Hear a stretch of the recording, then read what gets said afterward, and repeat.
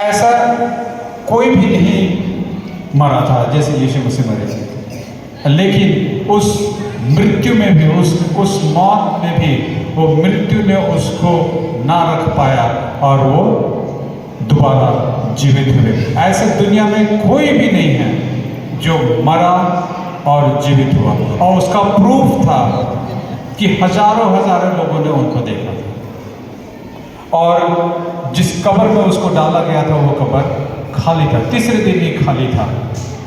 ऐसा दुनिया में कोई नहीं कर पाया, सिर्फ यीशु मसीह। इसलिए हम आनंद के साथ करते हैं, इसलिए हम खुशी मनाते हैं। तो क्रिसमस ये 25 दिसंबर की बात नहीं है, वो उस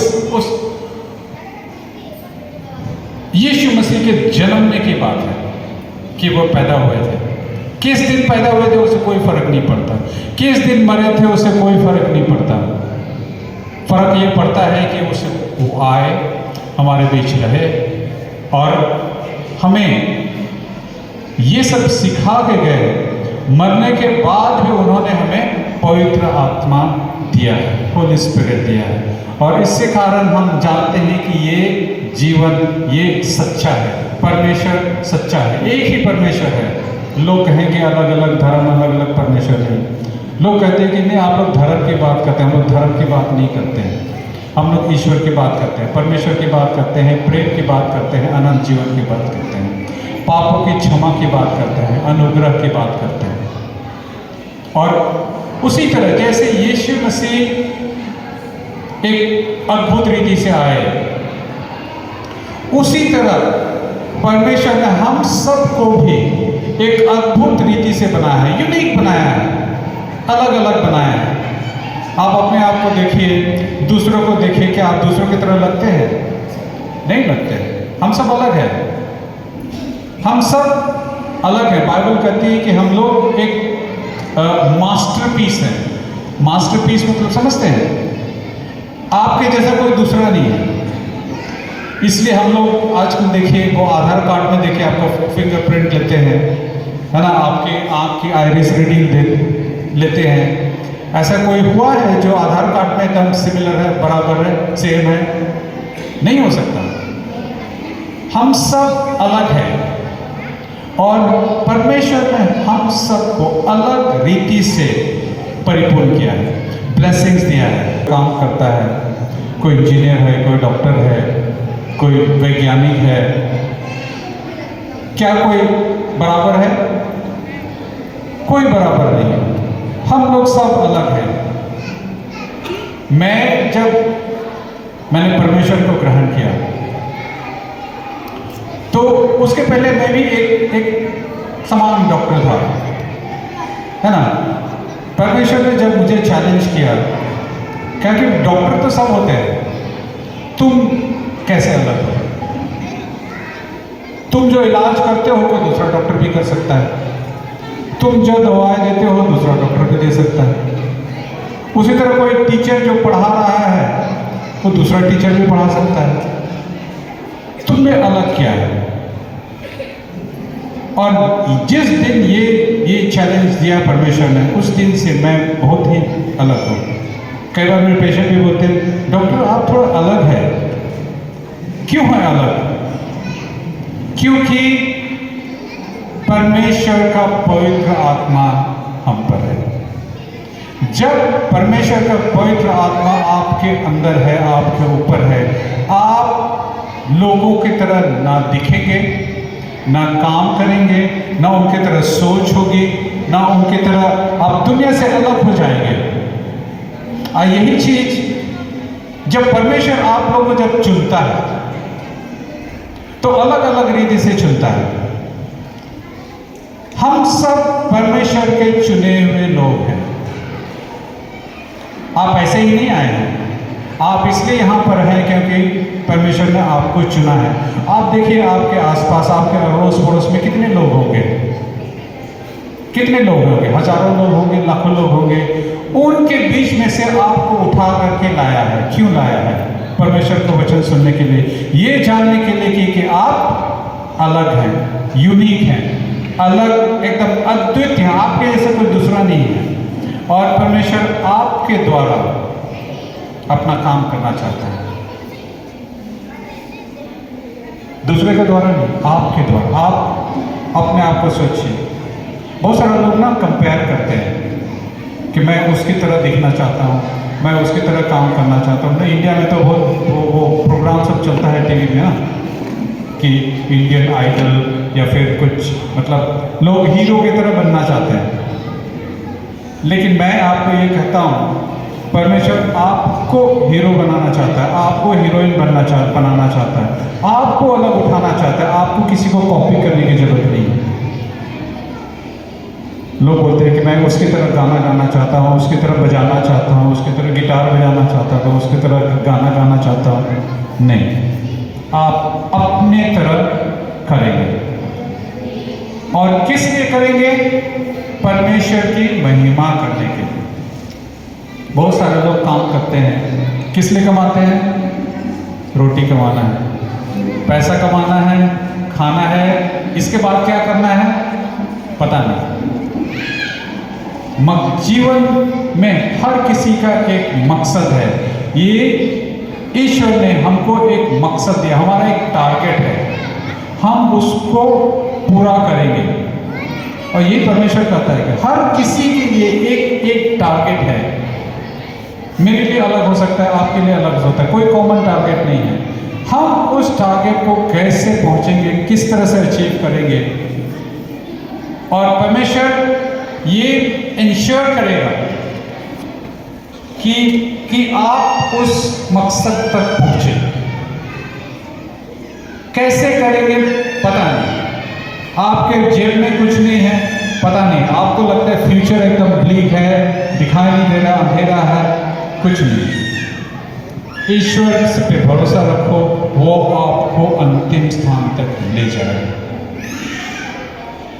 सोचो, जब मरियम के पास स्वर्गदूत आया और स्वर्गदूत ने मरियम को बोला कि मैं तुम्हें एक खुशखबरी देना चाहता हूं, है ना। खुशखबरी कौन सुनना चाहता है? हर कोई सुनना चाहता है खुशखबरी, है ना।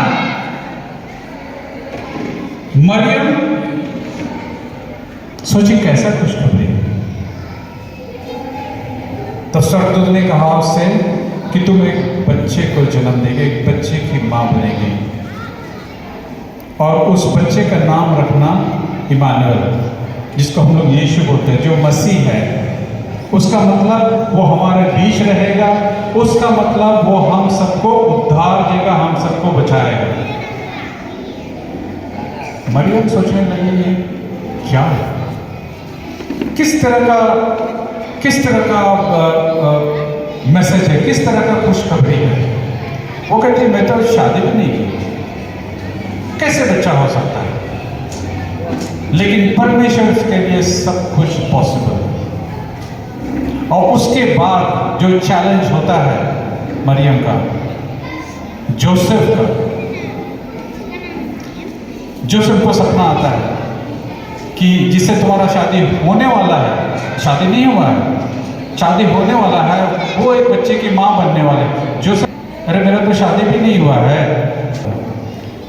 ऐसा कोई व्यक्ति है, ऐसा कोई आदमी है जैसे इस औरत से शादी कर सकता है? नहीं कर सकता।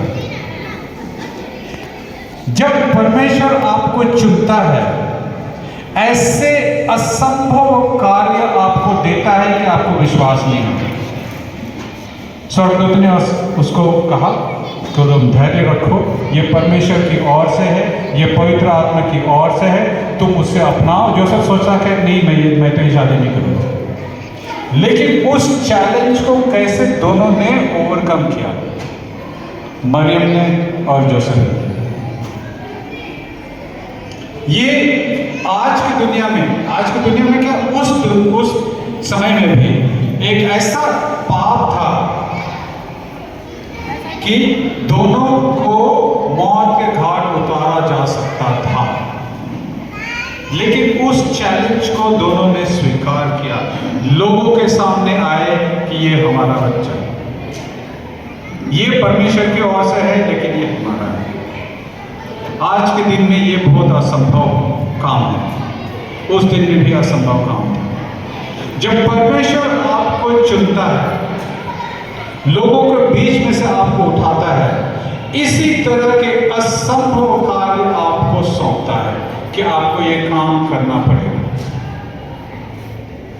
जब स्प्रिंग ऑफ लाइफ मिनिस्ट्री हमने शुरू किया था, मैडम अंजलिका ने शुरू किया था, उसको भी इसी तरह से एक सपना आया, एक विजन आया कि हम एक स्प्रिंग ऑफ लाइफ मिनिस्ट्री शुरू करेंगे। कैसे करेंगे? पैसा कहाँ से आएगा? समय कहाँ से आएगा?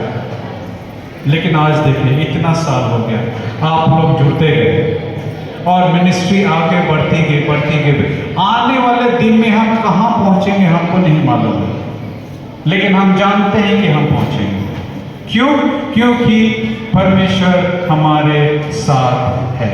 इमानुएल, परमेश्वर हमारे संग है। हम अकेले, जब मूसा, उसको बोला गया कि तुम इज़राइल को, ये मिस्र देश से तुम इज़राइल ले जाओ, मूसा बोलता है मैं कैसे ले जाऊंगा, ये लाखों लोग कैसे ले जाऊंगा मैं, पॉसिबल नहीं है। लेकिन परमेश्वर ने ऐसे अद्भुत दृश्य उसको दिखाए, कार्य दिखाए कि उसको विश्वास हुआ कि परमेश्वर मेरे साथ है, ये हो सकता है।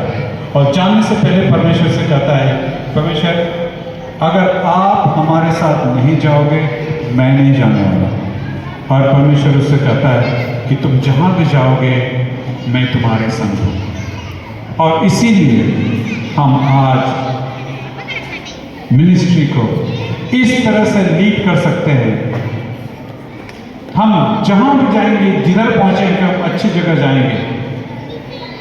बहुत सारे लोग आए हैं, हमारे साथ आए चले गए, हमारे साथ आए चले गए। कुछ लोग हमारे साथ हैं जो शुरू से हैं, और यही चीज़ है, जो हमारे साथ हैं हमारे साथ चलेंगे, जो हमारे साथ नहीं हैं वो नहीं जा पाएंगे। कई लोगों को आपने देखा होगा। तो ये विजन और मिशन और ये टारगेट कि हम जाएंगे, हमको वहाँ पहुँचना है, और जाते जाते हमें सुसमाचार बांटते हुए जाना है। सुसमाचार हमें लोगों को अच्छाई, परमेश्वर बीज के समान, जो दृष्टांत बाइबल में लिखा है कि एक बीज बोने वाला था, वो एक तो खेत बनाया, उसमें बीज डाला, है ना। तो अच्छे खेत में जो बीज गिरा वो अच्छे फल दिए, लेकिन जो बीज रास्ता में पड़ गया, कंकड़ों के बीच पड़ गया, कांटों के बीच पड़ गया, वो बढ़ नहीं पाया। सिर्फ जो सच्चा सॉइल में, सच्ची मिट्टी में, जो मिट्टी कैसे बनता है? कितने लोग खेती करते हैं यहाँ पर? नहीं, बागानी करते हैं, है ना। जब तक आप मिट्टी को नहीं खोदेंगे उसमें बीज बोएगा, बीज पड़ेगा? नहीं पड़ेगा, है ना। सबसे पहले मिट्टी को खोदना पड़ता है ना। खोद करके उसको मुलायम करते हैं, उसमें थोड़ा सा उर्वरक डालते हैं, उसमें पानी डालते हैं, उसको प्रिपेयर करते हैं, तभी उस पर बीज होते हैं। जब तक आप मिट्टी को सही ढंग से नहीं तैयार करेंगे उसमें बीज नहीं बनेगा। बाइबल कहती है हमारा दिल उस मिट्टी के समान है, हमारा मन, हमारा हृदय उस मिट्टी के समान है। जब तक आप उसको नहीं खोदेंगे, परमेश्वर का वचन उस मिट्टी पे नहीं जाएगा। उस मिट्टी में नहीं जाएगा तो पौधा नहीं बनेगा, पौधा नहीं बनेगा ना फल देगा ना फूल देगा, है ना। उसमें जंगली पेड़ जरूर उग जाएगा, जंगली पेड़ को जहीं भी डालो उग जाता है ना। कभी आप खेती करते हैं, जंगली पेड़ बीच में उग जाता है। जंगली पेड़ के लिए वो मिट्टी ठीक करने की जरूरत नहीं है, वो कहीं पर भी डालो, कांटा और वो सब निकल जाता है। लेकिन अगर अच्छा पेड़, अच्छा पौधा, अच्छा फूल आपके घर में, अभी तो फूल का टाइम है, फूल लगा रहे होंगे, है ना। फिर जैसे ही हम बसंत में जाएंगे, है ना, फरवरी मार्च में, फूल आप अभी से लगाना शुरू करते हैं उस टाइम उगता है, लेकिन आप अच्छे से ज़मीन तैयार नहीं करेंगे, गमला तैयार नहीं करेंगे, मिट्टी तैयार नहीं करेंगे, वो फूल नहीं आने वाला। लेकिन जंगली पेड़ तो कहीं भी उग जाते हैं। तो इसी तरह अपने मन को आप क्या करेंगे? तैयार करेंगे। कैसे तैयार करेंगे? कोड़ कोड़ के तैयार करेंगे। कोड़ के तैयार करेंगे, परमेश्वर का वचन उसमें जाएगा, तभी उसमें अच्छा पौधा, अच्छा पेड़ बनेगा। परमेश्वर हम सबको, आप सबको चुन चुन करके यहाँ लाया है ताकि आप अपने मन को तैयार करो, मन को फिराओ, परमेश्वर का वचन डालो, पवित्र आत्मा का काम आपके जिंदगी में बनेगा, है ना। और ये इसीलिए हम आनंद के साथ मनाते हैं क्रिसमस। क्रिसमस तो लोग सोचते हैं कि 25 दिसंबर की बात नहीं है। बात यह है कि परमेश्वर हमारे बीच आए, यीशु मसीह मनुष्य के रूप में आए, देह धारण किए, जो वचन था देह धारण हुआ, और उसने हमें अपने पास बुलाने के लिए हमारे मन को तैयार किया। हमने यीशु मसीह को अपनाया है, इसलिए हम गर्व के साथ कह सकते हैं कि हम जो भी करते हैं परमेश्वर की ताकत से, परमेश्वर के द्वारा, उसके अनुग्रह से और उसके प्रेजेंस से। ये हमारा काम नहीं, ये परमेश्वर का काम है। और हम लोग आप लोग के लिए प्रार्थना करते हैं कि अच्छे ऐसे ही आप आगे बढ़ते जाओ, आनंद के साथ। जो भी कार्य आपको दिया जाता है, खुशी से, आनंद के साथ उसको करो। बच्चों को देख करके कितना आनंद आता है, इतने अच्छे से डांस कर रहे हैं, इतने अच्छे से प्रस्तुत कर रहे हैं। और आने वाले दिन में और यही बच्चे बड़े होंगे और परमेश्वर का जो अभी से बीज जो डाला जा रहा है बच्चों में, वो आगे जा कर के पेड़ बनेगा, अपने एकदम क्या कहते हैं, रूट्स लेगा, जड़ लेगा, और ऐसा जड़ लेगा कि आंधी तूफान पे आए उसको कोई हटा नहीं सकता। और यही हमारी प्रार्थना है, यही हमारा विश है, यही हमारा विजन है। इन सब बच्चों को, आप लोगों को परमेश्वर ऐसे दृढ़ता के साथ उस जड़ को इतना मजबूत करे कि आपके जीवन में चाहे आंधी आए, चाहे तूफान आए, चाहे बाढ़ आए, चाहे सुनामी आए, आपको कुछ नहीं होने वाला, क्योंकि परमेश्वर आपके साथ है। इमानुएल, यही है इमानुएल। यीशु मसीह हमारे साथ है, हमारे बीच है। हम अकेले नहीं हैं, ये लड़ाई हमारे अकेले नहीं है। ये जो विजन है, ये जो वॉक है जो हम चल रहे हैं, ये हम अकेले नहीं चल रहे हैं, आपके साथ चल रहे हैं। और हम परमेश्वर को धन्यवाद देते हैं।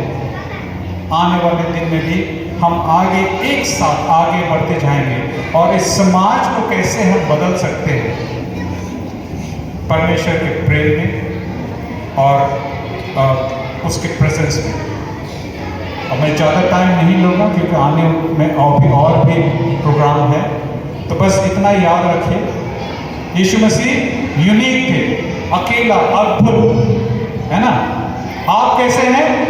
आप भी यूनिक हैं, आप भी अद्भुत हैं, और आपका काम वो भी यूनिक है, वो भी अद्भुत है, अद्वितीय है। और हम सब एक ही काम के लिए हैं। परमेश्वर एक ही काम करना चाहता है हम सब के द्वारा, और हम सब इकट्ठा हुए हैं उसी काम को पूरा करने के लिए। Amen, hallelujah, praise God and merry Christmas. एक बार फिर से मैरी क्रिसमस और हैप्पी न्यू ईयर भी।